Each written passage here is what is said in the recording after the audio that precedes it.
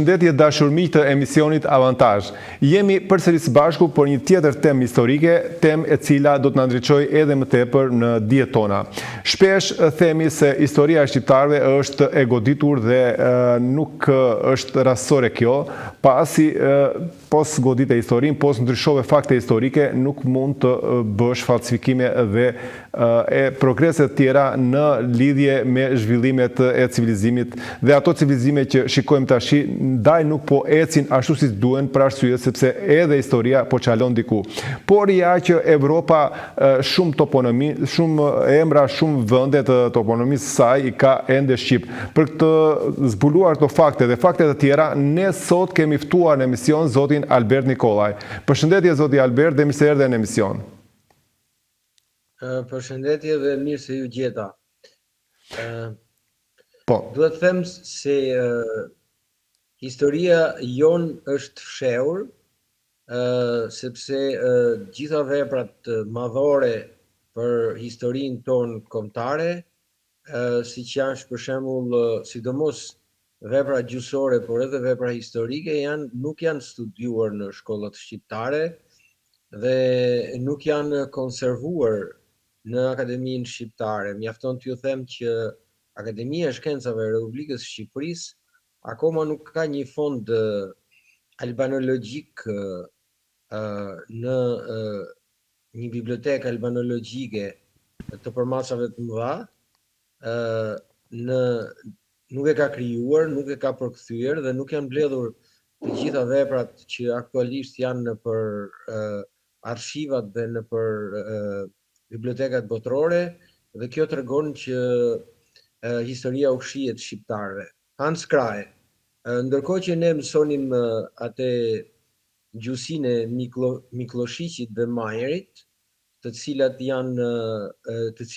nuk ishin albanolog mirëfillt, ishin thjesht slavolog dhe njihen në gjithë literaturën botërore, përfshirë edhe në Sorbonne dhe këtu në Belgjik, ku kam kryer studimet akademike si slavolog dhe jo si albanolog, përveç thënieve që ata kanë thënë mbi gjuhën shqipe, ne nuk kemi pasur mundësi të marrim për shembull veprën e Hans Krahes.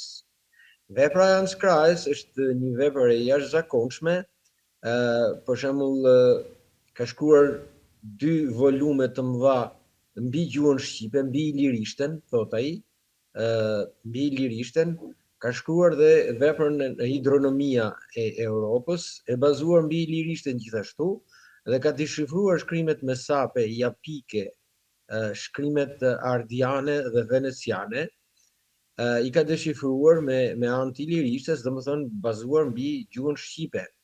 Dhe ky autor ne na është të fshehur. Ne nuk kemi pasur mundësi ta studiojmë në fakultetin e gjuhës dhe letërsisë, fakultetin filologjik.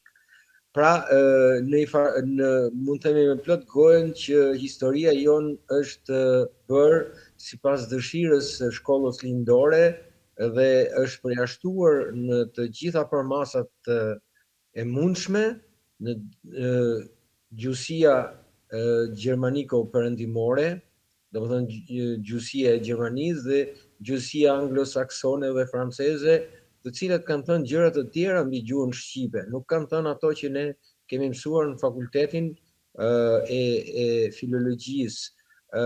Edhe sot e kësaj dite shkolla lindore sundon në fakultetin e filologjisë së Universitetit të Tiranës, me gjithë pretendimet që është reformuar. Mund të them që kemi të bëjmë me një shkollë sovjetike, bolshevike, dhe që mbahet sot në këmbë në saj të oficerëve të dikushëm të sigurimit të shtetit. Mund ta themi hapur pa pikë problemi. Unë për shembull jo më lart, po para disa ditësh rash në kontakt me një autor shumë të rëndësishme, me Josef Betkovicin, i cili është një dalmat, i cili ka shkruar historinë e Ilirisë dhe dokumenti mbahet i në Vatikan, edhe është një nga librat më të rëndësishëm mbi historinë e popullit ilir dhe të popullit shqiptar, dhe në bazë të dhënave që ai na dërgon, del që ne jemi një popull shumë i vjetër ndër popujt fillestar, dhe vërtetohet ajo teza që unë e kam thënë shpesh, që grekët antik ishin thjesht ilir ashen, do të thënë ilir atik ose ilir të jugut, që vërtetohet edhe nga shtylla stela e Abidosit në Egjipt, kur Ramsesi i dytë pas betejës Kadeshit përshkruan fiset e popujve të detit dhe mes popujve të detit përmend përveç Sardanëve, Ardianëve dhe Dardanëve që në atë kohë ende nuk ishin darë dhe ishin një fis, përmend edhe Ashenët, si fis i lirë, si fis të popujve të detit. Dhe gjitha kjo që është e shënuar në papiruset egjiptiane edhe në stelën e Abidosit me shkrim kujiniform, vërtetohet nga vepra e Josef Betkovicit, vërtetohet nga vepra e Hans Kraes, i cili përcaktoi hidronominë e Europës bazuar mbi gjuhën ilire. Mjafton t'ju them se Hans Krahe nga 7 vepra që shkroi, 5 i kishte mbi gjuhën ilire, sepse këto studime nuk i kreu thjesht për interes gjuhës shqipe. I kreu këto studime për të spjeguar, për të ndriçuar gjuhën gjermane, sepse dihet që gjermanët ishin teuton dhe rridhnin ishin tribu ilire që krijuan atë civilizim të madh, dhe gjithë civilizimi evropian sot është i bazuar mbi tribut ilire. Ata e sollën qytetrimin, por ata nuk kryen pushtim, ata ndërtuan koloni, ata zhvilluan tregti, ata zhvilluan ekonomi. Pra ata ishin themeluesit e një civilizimi të avancuar, dhe gjithë kjo e drejtë nëse gjermanët e thonë me të madhe nëpër akademitë e tyre, apo dhe francezët kohët e fundit e kanë pranuar, pa bërë fjalë për amerikanët që ka kohë që kanë krijuar atë bibliotekën albanologjike duke konservuar të gjitha librat mbi gjuhën shqipe në bibliotekën e Kongresit Amerikan. Ne mund të themi se shqiptarët jo vetëm që është mohuar e drejta njohës historisë së tyre, por janë në përkëmbur, janë poshtruar dhe vazhdojnë të poshtrohen edhe në ditët e sotme, megjithëse ata kanë një kontribut të jashtëzakonshëm në krijimin e kësaj Europe që ne njohim. Mjafton të themi që kjo Europë nuk do të ekzistonte nëse nuk do të kishte qenë Skënderbeu, nuk do të kishte qenë Gjergj Kastrioti. Pra, ashtu si nëna e vet i mbron fëmijët deri në pikën e fundit të gjakut, edhe kombi shqiptar i ka mbrojtur fëmijët e vet, popujt evropian deri në pikën e fundit të gjakut. Edhe ky është kontributi shqiptarëve për Europën. Ndërkohë që sot ne jemi duke u shkatëruar me disa teori që na vijnë nga armiqtë tanë, mjafton të them që gjuha shqipe për 5 shekuj është ndaluar me një ferman sultan, sepse kështu ishte dëshira e forcave obskurantiste, misterioze të botës që dëshironin shuarjen e kombit shqiptar. Dhe fakti që sot kemi një ferman sultan të dokumentuar që ndalon gjuhën shqipe, kemi dhe një mallkim të gjuhës shqipe që është bërë me anë të Kuranit, e kanë mallkuar hoxhallarët, edhe me anë të Biblës, ato priftërinjt e Konstantinopolës që ishin ortodoks Karamanli që drejtonin, ishin vasalë të sultanit, e kanë mallkuar gjuhën shqipe, dhe nuk ekziston asnjë gjuhë që t'jetë ndaluar për 5 shekuj dhe t'jetë mallkuar në këtë formë me përjashtim gjuhës shqipe. Tani që kanë ardhur kohëra të reja dhe që shqiptarët po diplomohen ose po kryen akademi perëndimore nëpër universitete të ndryshme të Europës dhe po bëhen më të ditur, numri i shqiptarëve që janë pedagog, që janë shkencëtar, që janë kërkues në gjithë territoret e Europës dhe të Shtetet Bashkuara të Amerikës ka pësuar një rritje shumë të madhe. Vetëm në Belgjik janë një numër shumë i madh profesorësh gjithandej në për universitetet flamane dhe valone në gjuhën frënge dhe në gjuhën holandeze, të cilët tani kanë rënë në kontakt me dokumente të shumta që vërtetojnë që jo vetëm që kemi një histori, por që gjuha shqipe është shkruar që në lashësi. Po, me sa duket, kemi pas një deformim të arsimit për shumë kohë në Shqipëri, madje edhe një vonesë të shpalljes pavarësisë së Shqipërisë, për arsye sepse kur Shqipëria shpalli pavarësinë, shtetet përbërjesh që u formuan nga trejet tona kishin goxha kohë që ishin bërë shtete dhe kishin marrë një fuqi tjetër. Mirë, vazhdojmë. Duat na tregosh çik Albert për temën që kemi vënë, cilat janë emrat që kanë lumenjtë e Evropës apo vende të ndryshme, qytete të ndryshme, që të cilat faktojnë pra etimologjinë e tyre që vjen apo rrjedhshmërinë e tyre që vjen nga gjuha shqipe. Për shembull, nëse lexojmë Jozef Batkovicin, Po. historianin dalmat, i cili ka botuar veprën e tij në tipografinë Mullenarino 1752. Shohim atë që unë e kam thënë shpesh herë, akoma pa lexuar këtë libër, që emri Albanoe në qytetit që është poshtë krujës, me mure ciklopike, vjen në fakt nga Alba e Noes, agimi i profetit Noe. Apo thënë përmbytjes madhe. Pastaj kemi Japetin dhe para se të quhej Europë, Europa është quajtur Japeti.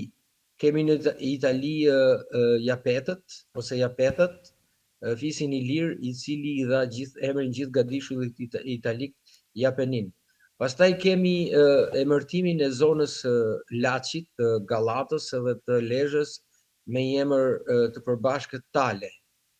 Nga vjen edhe emri përballë Tales është Italia, domethënë Italia, edhe përballë Italias është Antalya, që është në Turqi. Këto janë zona të banuara nga ilirët. Dihet që në Turqi në zonën e Antalyas kanë banuar fiset jonike, që kanë dhënë edhe emrin Jon, kanë banuar në zonën e Antalyas, por kanë banuar edhe kanë ardhur, janë vendosur edhe në zonën e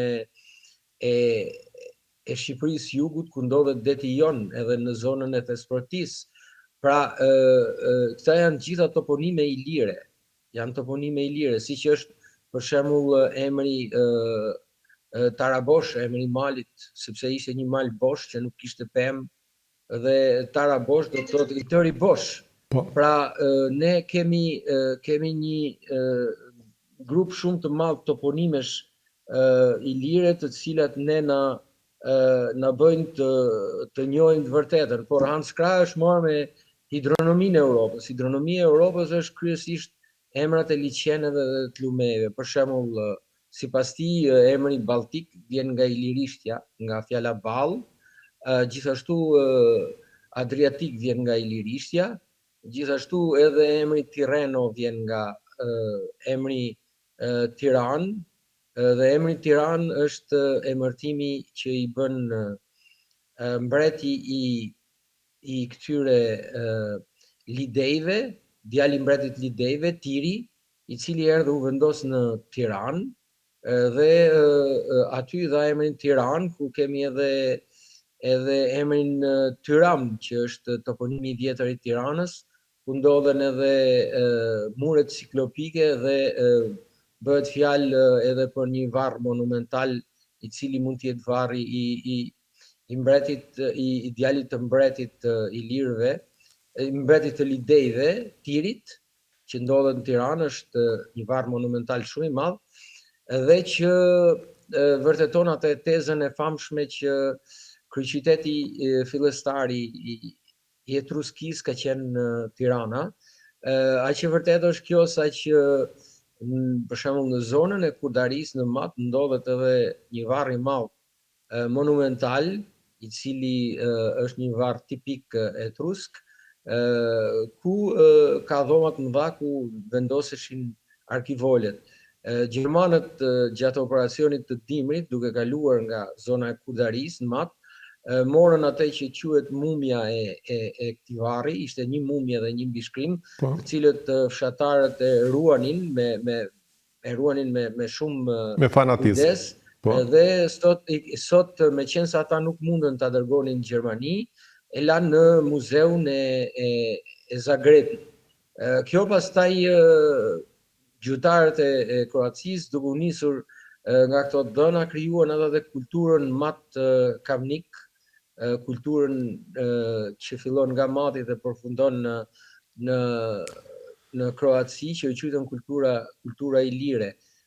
Dhe aq e vërtetë është kjo sa që për shembull u quajt Matja, Matja është Mati sotëm, dhe dalja e Matit u quajt gjithë Kroacia. Pra kemi disa toponime të cilat na i shpjegon Hans Krahe, edhe që përputhen edhe me gjuhësinë, me zhvillimet gjuhësore, por edhe me të dhënat gjenetike që merren mes skeleteve. Si që kemi biseduar bashk, janë edhe 3 emra esencial që përcaktojnë toponimin ilire. Për shembull, janë emrat ku vendet ku jetonin të gjallët quheshin akropole, domethënë Pol, domethënë porrojmë në qytete, se pol quhej qyteti. Nekropol nuk rrojnë më në qytete, domethënë ishin varrezat. Pastaj janë edhe emri teatr, që do të thotë thea të re, domethënë thënie të reja. Banorët e vjetër të Ilirisë, kur donin të mësonin të gjithë të rejat të pasqyroheshin në teatr, jepeshin lajmet, teatri luante rolin e televizionit sotëm, luante rolin e filmi, teatri ishte film, ishte televizion, ishte teatr, ishte gjithçka për banorët e vjetër, të cilët aty shikonin, merrnin vesh gjithë të rejat e qytetit ose të zonave përreth, por edhe shkëmbenin njëri me tjetrin, por edhe shikonin edhe drama edhe komedi, domethënë ishte një qendër e rëndësishme.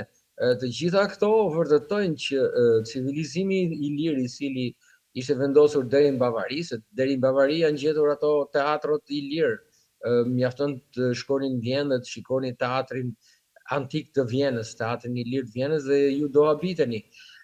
Gjithë kjo kulturë e madhe është përvetësuar, siç thatë ju, edhe nga fakti që shteti shqiptar u krijua shumë vonë dhe shtetet fqinje që u krijuan mbi kurrizë të territoreve shqiptare patën kohë ta manipulonin historinë, të krijonin diplomacinë dhe të bindnin të huajt që ky nuk është civilizim shqiptar. Mirë, po problemi më i madh që kemi tani është se dalja e dokumentave të reja dhe hapja e arkivave, sidomos krijimi i teknologjive, po e nxjerr kulturën greke dhe serbe, një kulturë të falsifikuar, kulturën e sotme, falsifikuar, sepse Beogradi i parë se të quhej Beograd ka qenë quajtur Albagega, ndërsa Athina ka qenë, sipas të dhënave të Folmerayer, 850 shtëpi, 820 shtëpi kishte Athina, nga të cilët 800 ishin shtëpi shqiptare. Do të qyteti ishte i gjithë shqiptar, dhe ishte folej gjuha arvanitike. Tani po dalin disa dhëna bile Folmerayer, kur i kërkuan që të dilte në favor të krijimit të popullit ashtu quajtur grek, Folmerayer kundërshtoi me forcë një gjë të tillë, se tha do vjen një kohë që e vërteta do dalë dhe unë do dal një falsifikator i historisë. Pastaj ai ishte një ishte një prift katolik, ishte një prift. Nuk mund të gënjente. Kishte kaluar studime teologjike dhe nuk pranonte që të thoshte gjëra të pavërteta, po e njëjta gjë ka ndodhur edhe me studius të tjerë. Për shembull, publikimi i veprave të rëndësishme të Stefan Bizantit edhe të këtij Jozef Batkovicit është jashtëzakonisht i rëndësishëm për historinë e popullit shqiptar. Mjafton t'ju themi që në Gjermani thuhet që civilizimi romak u krijua nga parashit e shqiptarëve. Edhe në qoftë se ne lexojmë me kujdes Virgjilin, Virgjili është një burim i jashtëzakonshëm, sepse ai në veprën e tij Eneida, kur flet për origjinën e Enea, quhen Eneo Dardani dhe thot ai ishte i lirë, dhe ne jemi i lirë Dardan, thot. Pastaj edhe në mbishkrimin e parë që gjendet në mozaikun e madh që gjendet në Rom, në mozaik i bërë me gur, thuhet qartësisht që ne jemi Dardan, Maqedon edhe Geg. Pra, nuk mund të shmanget historia dhe nuk mund të zhduken dokumentat. Sakt. Unë para se të vija në studimet e mia akademike këtu në Perëndim, kam qenë një pinjolli i asaj shkolle shqiptare dhe isha i bindur që gjithçka na ishte thënë nëpër shkolla, por kur erdha këtu mora vesh që ne na ishte thënë vetëm atë që ka thot shkolla lindore dhe ne nuk na ishin prezantuar veprat madhore të kulturës tonë që flasin për historinë e kombit tonë. Mjafton të them që në Vatikani dhe ajo Biblioteka e Vatikanit dhe Arshiva e Venecias janë të mbushura plot me dokumente për ilirët edhe për shqiptarët deri në mesjet. Kurse për fatin e keq, dokumentat që kanë ekzistuar në qytetet shqiptare, në Durrës, në Berat, janë konfiskuar nga gjatë pushtimit turk, janë mbyllur në arkivat turke dhe në mos qofshin asgjësuar, shumë vështirë do të jetë që ne shqiptarët të mund të kemi akses për të njohur historinë e vërtet kombit shqiptar. Megjithatë, dikur historia do t'i shpalosi të vërtetë e saj dhe do krijuar një mundësi për të krijuar, për të gërmuar edhe në këto arkiva, por ishte shumë interesant fakti që ju sqaruat Akropoli, kreu i polit, dhe Nekropoli, qyteti që nuk ron poli. Por poli vet, a vjen nga shqipja? Fjala Polisi vjen nga gjuha shqipe. Po, Polisi vjen nga gjuha shqipe sepse qyteti i vjetër ose ky qyteti i Hyllit, siç e themi ne, Hylli, mbreti i lirëve, ka qenë djali i Kadmosit, ka pas dy kryeqendrat e veta, kryeqendrën dimrore dhe kryeqendrën verore. Kryeqendra dimrore, sipas gjitha gjasave, ka qenë Prizreni. Kurse qyteti i verës ka qenë Lisi, Lezhë e sotme. Nga fjala me qenë se Lezhë e sotme, dhe nga fjala lis kemi edhe fjalën polis. Janë dy fjalë të gjuhës shqipe, po, domethënë miratim dhe lis. Polis sepse burrat mblidheshin rreth lisit dhe merrnin një vendim. Dhe kur burrat merrnin një vendim, kishim për pozitiv, domethënë që do kryej diçka, quhej polis. Ndërsa kur burrat merrnin një vendim quhej jo lis. Pra ka qenë një lloj kuvendi që kryej rreth lisit.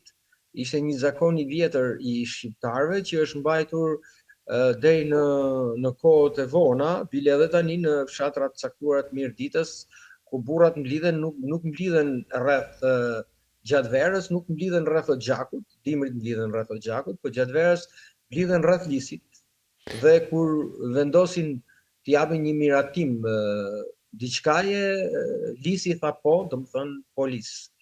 Dhe nga fjala polis, pastaj kemi edhe, nga Lisi, kemi edhe qytetin e dytë, që vërtetohet qytetin e Bilisit, qyteti dytë, kolonia që u krijua ishte Bilisi, pastaj kemi Tripolisin në Greqi, kemi një Tripolis në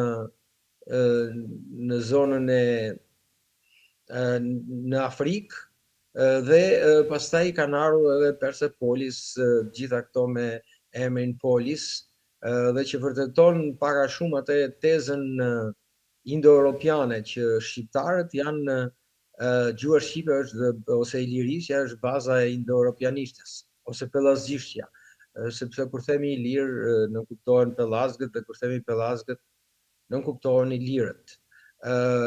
Pellazg e biseduam bashkë është një civilizim i jashtëzakonshëm se vjen nga fjala pelg, dhe siç po shohim tani edhe nga kërmimet arkeologjike që po bëhen në Lin, por dhe në zonën e Maliqit, shqiptarët fillimisht deri në 6500 vjet para Krishtit, para se të kalonin në ndërtime guri, kanë jetuar në ndërtime me qyteza të ndërtuara mbi ujë. Për arsye sepse këto qyteza paraardhësit tanë jetonin të lidhur me natyrën. Kjo traditë pastaj u trashëgua nga fiset nga keltët që jetonin në shtëpia Druri dhe është një traditë që mbahet akoma në zonat e Kanadas. Bile në Kanada jeton akoma edhe ai lisi i madh që në Shqipëri është zhdukur, lisi alba. Lisi alba. Dhe në Kanada ekziston lisi alba akoma si një bim e rrallë, është një lis shumë i madh. Në Shqipëri, për shembull në zonën e Suçit, aty ku është mbajtur edhe kuvendi i Arbërit, dhe ku është edhe kisha aktuale e Suçit, lisi i vjetër alba ka ekzistuar derisa u shemb nga pakujdesia, duhet të ketë qenë një lis, nuk e di, shumë i vjetër, ca thon 500 vjeçar, sepse daton në kohën e Skënderbeut, sa thon edhe në kohën e Skënderbeut ka qenë shumë i madh, duhet të qenë rreth 1000 vjeçar, edhe quhej lisi i Patllit.